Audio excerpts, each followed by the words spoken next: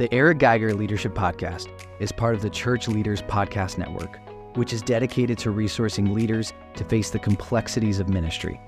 The Church Leaders Podcast Network supports pastors and ministry leaders by challenging assumptions, providing insights, and offering practical steps that will help them navigate a variety of cultures and contexts. Learn more at ChurchLeaders.com/podcast network.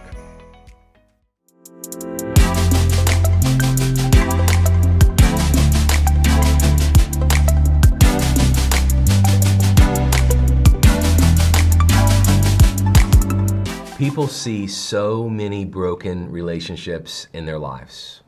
People they worked with, backstabbing each other, spouses who have betrayed one another, fathers who have walked out on their children, moms who have left the family. So many broken relationships in their lives that has brought deep pain, has caused significant trauma.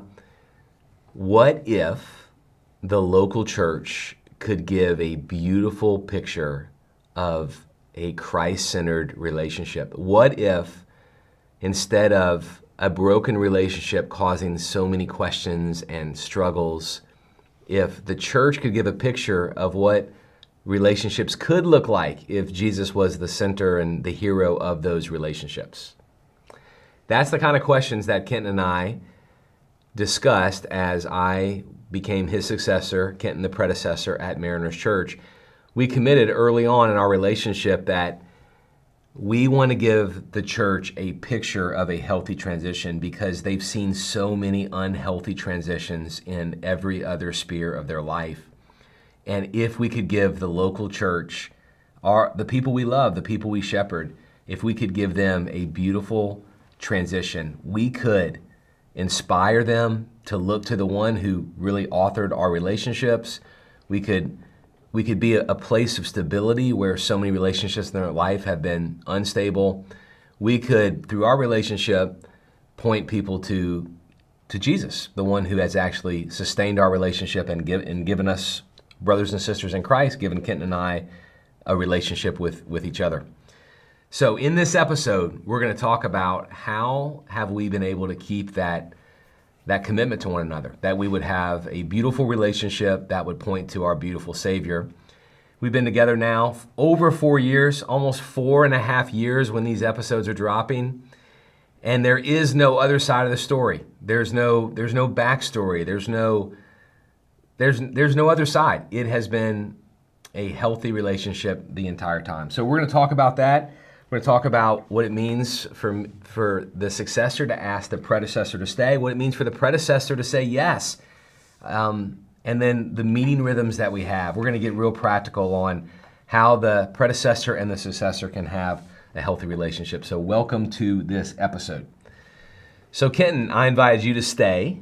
Mm-hmm. I'll share in a moment why I did, but why did you stay? I mean, you were going to see, even though I said, hey, I'm going to honor you the whole way, which I hope I did. I tried to, that I was going to bring you along on any significant changes I made, especially in that first year. It would be, you'd watch somebody else drive in the car you built. Yeah. So why did you stay? Well, mostly because you asked me to. I had determined in my journey that I would have no agreement with the elders. So they came and said, oh, won't you stay? And I said, you can't, there's no agreement that I can make with you, nor am I willing to.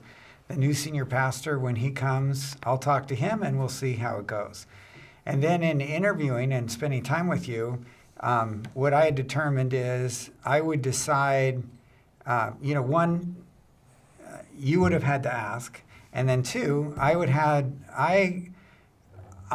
had to, in my mind, determine that you could manage it. Because me staying around, I create a certain shadow. I had a lot of goodwill. The church loved me. 35 years. I mean, even if you weren't an amazing leader, which you are, even if you weren't an amazing teacher, which you are, 35 years will have a shadow. Right. But plus the multiplier of you being very effective, Yeah, you have a massive shadow. So it's just dangerous. And part of my transition was getting to the place where I was comfortable to hand over the mission. I was comfortable in believing I understood what it meant to let go of the identity piece of being a senior pastor. And in that then, having me around or in any space really was how well you could manage it, because people don't manage things like that well. They're going to say things that are unfortunate. They're going to say things that are hurtful. They're going to say things in excitement. They're just going to word it poorly. Right. And so you're going to be put in a situation where people are going to make comparisons. Now, for me, I understood it, and I understood the people. And I didn't see the danger, because I said, I don't want it, I know I don't want it, and I don't need it anymore. And so knowing that I didn't need it anymore I felt safe enough to be able to say to somebody, I think I can stay. And I had counselors that, were going to watch certain things to make sure they were, they would speak to me to say, Kenton, maybe you're not managing that as well as you think you are. But I think I had to be self-aware enough, and I think I was, to say, I think I can stay. But for you, I judged and determined whether or not I thought you could manage it. And so my yes was much more about what I believed about you than about That's myself. fascinating. This is the first time you told me that. So this is super raw right now. What did you look for? What should a predecessor, because it would take you thinking about the church and thinking about me to have said no or yes. So basically you based your answer on, could I handle it? Right. What should the predecessor look for on, man, is it actually going to be okay for the successor's well-being if I stay? Like, how'd you know? I guessed. I don't know that I knew. It's just your intuition? I believed that you could manage it. And the reason I believed you could manage it is, first, and this might sound like a sappy answer, but really you had a great marriage. I think if somebody doesn't have a great marriage, I just would have stayed away from it, quite frankly. If I didn't understand your marriage, or if it just was confusing to me, I would have stayed away. Secondly, No, I think that's insightful, because it shows the ability to have a good relationship. Right. Yeah. And you're self-aware, and your wife can speak honestly to you. Yeah. And she, watching her in relationship with you, she said things candidly. Yes. She said things directly. So you had someone that could speak honestly with you. So if I couldn't see somebody speaking honestly to you, then I can't be around that, because it's like, whoa, I just got to pretend. You're going to make me pretend, and I can't pretend. So I felt like you were authentic. You understood that. Secondly, you understood leadership.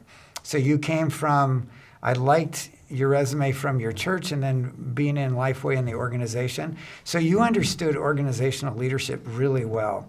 And for Mariners, it was a complex, large organization.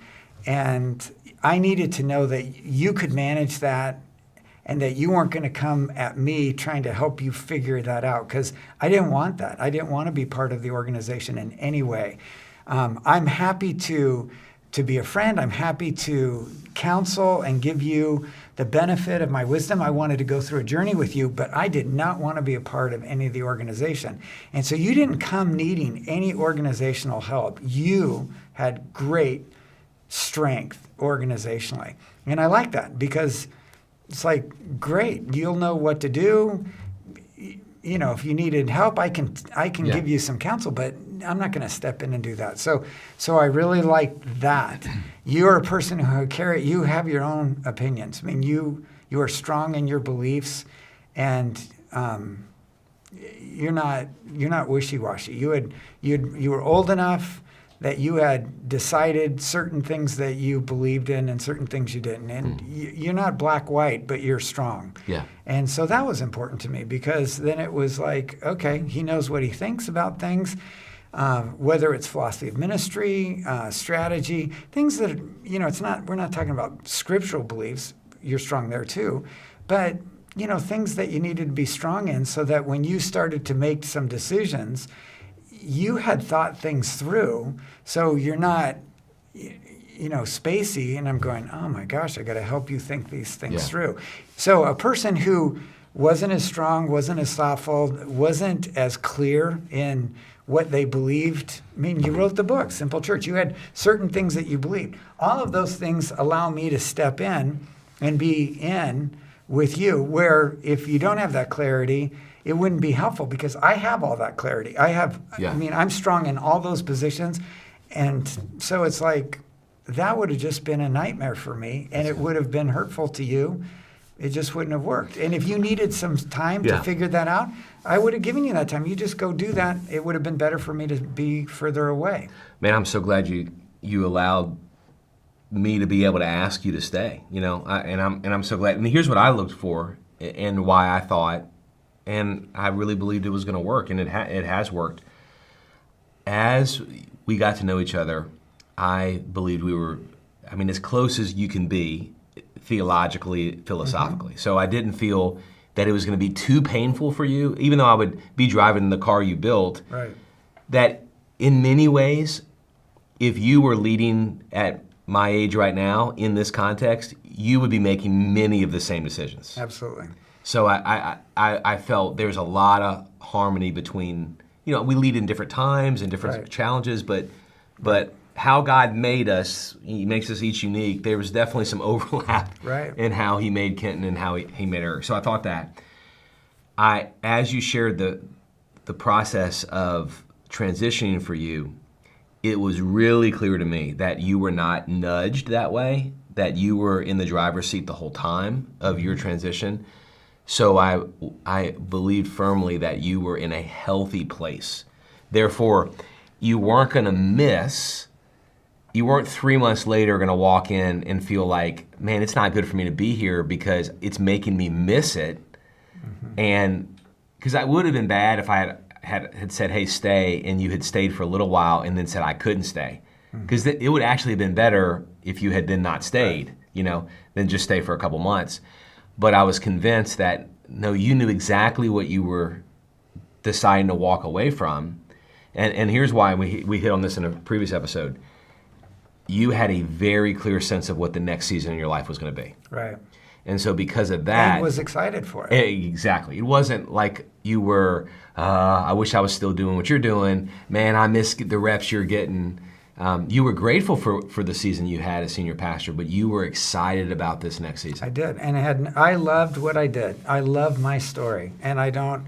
I love every part of it, but there's a point in which that story or that season's done. Yeah. And I was done, and I was really clear with that. I spent a lot of time talking to every pastor and even people in nonprofits and in the profit world. How do you know when you're done? And so that you don't look back. And so understanding the identity piece, which I talked a lot about, and understanding the mission piece, being willing to let those two go and know what that means. I knew I could do that. Yeah. But I needed somebody who was going to pick them up and want them. Because the other thing I decided is I would not come back. So if you failed, I wasn't I wasn't the answer, for it. So I needed you to be successful and needed you not to need me. And we'll talk in a moment, because you saying that I haven't needed you, I don't know if that tells the full story, because there's times that I have needed you, and in appropriate ways, but not in a. But you would have made it without me. There's times that I have been very blessed by your coaching, your pastoring of me, your belief in me, and you're even helping communicate a couple of transitions, which I'll share in a moment, but. People have asked me, buddies have asked me, all right, in a nutshell, why has it worked with you and Kenton? And I've said, and I've thought about it a lot. I've said, okay, this is why I think it's worked. We are not perfect. Kenton is not perfect. I'm not perfect. But I really believe both of us are healthy. That's it. We're healthy. That was number one. And number two, I really believe about both of us, we love the church first. Mm-hmm. More than we love ourselves. That we want the church to... Now, all of us struggle with ego. Sure. All of us struggle with pride. The fact that I said we're healthy shows I struggle with pride. All of us struggle a little. But we're sinful, deep down to the bone. Right. But I believe we're healthy, and I believe more than we care about our own names, we cared about the church. Right. And so how's it worked? We entered into the relationship with each other healthy, and we both want what's best for the church. And I think that's a big deal, because we've all seen transitions where the person in my seat has said something and it's been a whisper, but it becomes scream out to the church. It's so true. And so for me, I realized there isn't a thing that I can say that is ever a whisper that's not going to just be taken out. And so I think the same is true on my side. It absolutely a is true on your successor can side. say a whisper about the past that gets broadcast. It's so funny, as you and I have watched other churches go through this, and Yes. and sadly there's many that haven't yet had a beautiful story. Maybe God will pull it out and redeem it, and there's others that have. But it's been funny to me that when you and I debrief another church secession story, you were more compassionate towards the successor, and I'm more compassionate towards the predecessor. In other words, when it goes badly, you always think it's the predecessor's fault, and I always think it's the successor's fault. Yeah, that is funny. You know? Yeah. So, all right, so that's how we stayed. And then early on, we made an agreement, and we signed it. And I think, I mean, if somebody wants it, they could see it, but it's nothing that you would, everyone listening, you could design the agreement in 10 minutes. There's nothing in there that is going to be like, oh, wow, that's the missing piece. It's just Straightforward. basic things such as, if Eric and Kenton disagree, they will seek reconciliation with each other before going to somebody else. Things like that. They will keep a short account of wrongs. They will meet together in mutual love and submission to one another. I mean, just Right. biblical, beautiful one another's of the Bible. And you've done that really well, because you've confronted me how many times? 3, 4 times? No, come on. Has it been that many? Sure. And what I like about it is none of them are substantive, only in that they were substantive to you at the moment. And it caused confusion to But you I or just want to hurt say 3 or 4 pain. times in 4 years. Yeah. So we average less than one a year. Right. But they were moments where I did something, and the good news is they were innocent every time. I mean, there wasn't... And I wasn't very even small. Right. But at the same time, you came to me and said, hey, I'm doing this. You know, I said I was doing this. I don't feel like you're supporting me in this. And I was like, you're right. I mean, every time you did it, I felt like you were, 1, right, 2, I needed to apologize, and 3rd, it's like, okay, you know, and did it. And it wasn't in my mind. What I liked about it is you said it, and then we moved on. Yes. You didn't keep it. And Yes. so I appreciated that about it. So the good news is I have a clear sense that if I do something, you're going to say it. And you don't have too short of a fuse. I'm not saying that. No. Or too quick of a trigger. But I do know you will absolutely come to me, because you have. You will say it straight. If I hurt your feelings, you'll say it that way. If you're confused, you'll say it that way. If you're saying, I want you to be where I want you to be, you'll say it that way. Whatever it is, Yeah. you say it pretty straight. And then you're done with it, and then you move on. And so I really appreciated that, and it makes it easier to work with. I am not that way. And so if you haven't done something, but if you would have done something to hurt me, You would have not told me? I probably wouldn't have. That's not my strength. I wrestle. It will eat at me. But once I look you in the eye and share with you, Yeah. and each time you've been like, I didn't see that. I'm so sorry. And then boom, we move on really Right. fast. I like that. I just, me having that conversation with you, I have it because I value the Right. relationship. What I like about it is I think if I had one, I probably would come to you, because you've modeled it for me. But I just know it's not one of my strengths. Okay. So, but Well, it's worked out well. So Yeah, so that. So I have 2 that I want to bring up right now. And let's talk about the time that we spend together. So There's first let me mention the unplanned time and then the planned time. So unplanned time, whenever I call Kenton, you answer. Right. I mean, you answer the phone. I do. And you even, I say, man, you. And not for everyone, but for you. I know. Yeah. And this is what you typically say. I say, man, you got a couple minutes, and you say, I always have time for you. That's what you say. I do. And then I run an idea by you. That's my guess is that may be 20 times a year. And I feel incredibly honored that you do it. And it means a lot to me. And if you didn't do it, I'd wonder why I'm around here.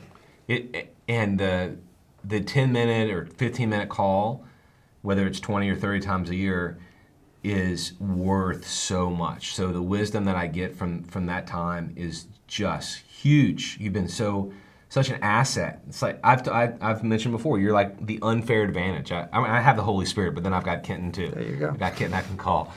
And then I think there's been 3 times in 4+ years where I needed more than a phone call. Mm-hmm. Where there was a troubling situation or a major decision, and this is again the unplanned times. We have planned times in the calendar as well, where I have called you, and I mean, a couple of times you were at my house. It was like, can you come over? Can I make some coffee? And we sit in the backyard and talk, and you've come over, and it's been, the other times in the phone call was nuggets of wisdom. Those relational times were wisdom, and you pastored me. Yeah. Helped me think through, but also cared for my soul and my heart. And I love doing that. And again, I feel honored that you're willing to do that. And the third way we've spent time, which I love, is we've traveled. We've gone to India, Israel. We've done mission trips together and done, where we get to do ministry together, not at the church, but you're in a totally different environment. And that is just like the best, because now you're in a very different world where you don't have the day-to-day responsibilities. And my kids, they'll never not ask if Kenton's going on the trip. Yeah. Because I'm the funnest. They were the most fun on the trip. Is Kenton coming? Kenton come on the trip? Yeah, that's right. But your wife and my wife's gone, and it just creates a different level of relationship and trust. Oh, I'm glad you just mentioned your wife. Let's talk about our wives and their time together as well. Again, they go walking together. They do, and I think it's to Kay's credit, because Kay, I think Lori's always available, but I think that Lori's a little bit like me. I wouldn't call you saying, "Hey, you want to spend time?" Yeah. And Kay and Lori'd be the same way, but Kay will call and say, "Hey, do you want to walk? Do you want to do stuff?" And Kay's busy. I mean, you got 2 young kids. She's got a lot going on, but she does, and Lori always loves it, and they have a great relationship. Yeah, Kay loves every time she's with Lori, she comes home and says, "It was so good for me." So that's the unplanned times, and then there's planned times, and there's 2. I'll just mention 2 segments of planned times to be helpful to those who think about the relationship. I do think that these planned times have kept communication flowing. Absolutely. We have lunch together, typically once a month. Mm-hmm. Earlier, it was once a week, and then it went to every other week, and now I think it's once a month. But then that's separate from the unplanned times. Kenton comes in with a notepad, and he'll have 5 or 6 things that he wants to talk about. I will also keep notes, usually on my phone. And this is different from the I need to make a phone call, I need wisdom right now. These are things I can wait to talk to him about. And we meet for a season. We have lunch in my office so we aren't wasting time in the restaurant, but just being in the office together, which has been great. And then Kenton leads a senior pastor cohort with other senior pastors, and I go to his cohort. So once a month, I have lunch with him once a month, and then once a month I sit in a training that he does, which has been really great for me on 2 levels. I meet other senior pastors, but I also benefit from Kenton coaching senior pastors. And some buddies have been like, "Man, is that weird for you to be like, you're the senior pastor?" I'm like, it's not weird. It's not weird at all. I think it's super Kenton in that setting is the wise sage, and many of the pastors in the room, there's a couple maybe older than me, but most of them are around my age. Right. So it feels like we're all there in the same stage of life, and Kenton's the wise sage pouring into us. So that's the planned meetings for us. Right, and my goal in that meeting is much more to facilitate conversation, because you guys you're all about the same age and you're struggling with the same issues. And so even just you talking to each other about it is probably the greatest advantage. And then there's sometimes that I have some experiences, but mostly it's you guys talking with each other, which is super valuable. A couple of times where Kenton has stepped in. So this would be me encouraging the predecessor, where he has brought significant value to me and to our church. One is relational, and two are strategic. So relationally, I teach, we have 5 weekend services, 2 on Saturday night. 95% of the time, Kenton comes to the 4 p.m., the first service on Saturday night, sits on the front row. Right next to you. Right next to me, right before I go up and teach. He's been doing, this isn't like 4 months in. We're talking 4.5 years in. Sits next to me, listens to my sermon, takes notes, and then in between services, back in the room where the preacher is before the preacher goes back out, he'll give me 80% encouragement of, man, this was awesome, jam this harder, man, this was so good, and 20%, hey, here's something to think about before the next service. Now, I don't know if you would do that for anybody, because some people can't add stuff or take stuff away. Right. But you've seen that I can pivot and a bit in my only communicating. And my heart is, I hope it's more like 95% positive. And because what I think is, what I can do is I can see where God is using you, where God's Spirit is really taking the message and popping it. And what I want to do is just affirm how God is using you, the insights that you have, and what you've done in preparation and how God's using it. And then if I have just a thing that I think it might be valuable to think about, I'm very careful, and I only say it to you so nobody else hears it. No, that's right. There's usually other people in the room. They leave the room, and then Kenton gives me a couple, hey, here's a couple things to think about. And here's where they've been, they're always helpful. But there's a couple of places where I believe weekends where we invite people to place their faith in Christ, where you have given me extra confidence. Like, man, you were nailing this. Make the call right here. You don't need to go any longer. Like, give it right here. Or when we ask people to come forward to receive prayer and a Bible after they become a Christian, you have pastored me on, man, this is such a moment of transformation for someone. Here's what I encourage you to pray about or think about. So that's been the weekly relational. And then there's 2 times that is more strategic. I changed, or really kind of tweaked, because they were built on the previous values, but our values as a church have changed. And again, if you looked at the current set of values with the values that were in place for 35 years, you would see they are reflected. It's not like a different church, but they're phrased differently. And they need to be, because it's the way you say things. So Right. the old way is the way I say something. Right. Nobody can say something the way somebody else Right. says It needs to roll off the leader's tongue. That's Whenever right. you're articulating a vision and values, it needs to roll off the leader's tongue. So I needed to put things in the language that, how I communicate. how you say it. So I shared the new values with all of our shepherding elders. That's the broader group of elders and their wives at our church. And I asked Kenton to come and articulate why it was important for the values to be changed. And also, he went beyond that. He said, here's why I love these values. I love these values. So he basically said, the operating system, the engine of the car is different. And I love the new engine. Right. So Kenton did that. And then the second strategic place that Kenton really added significant value is we just completed a $50 million fundraise, capital raise, as we have multiplied throughout Southern California. And I knew that people were going to ask Kenton, hey, what do you think about raising $50 million and Kenton spoke at I knew people would ask him. So he came to one of the early donor meetings and one of the first to speak on how excited he was, how the church needed to do this.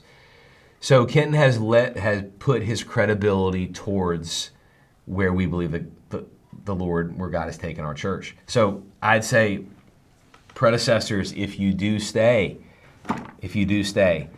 you have such credibility that you can lend towards the future.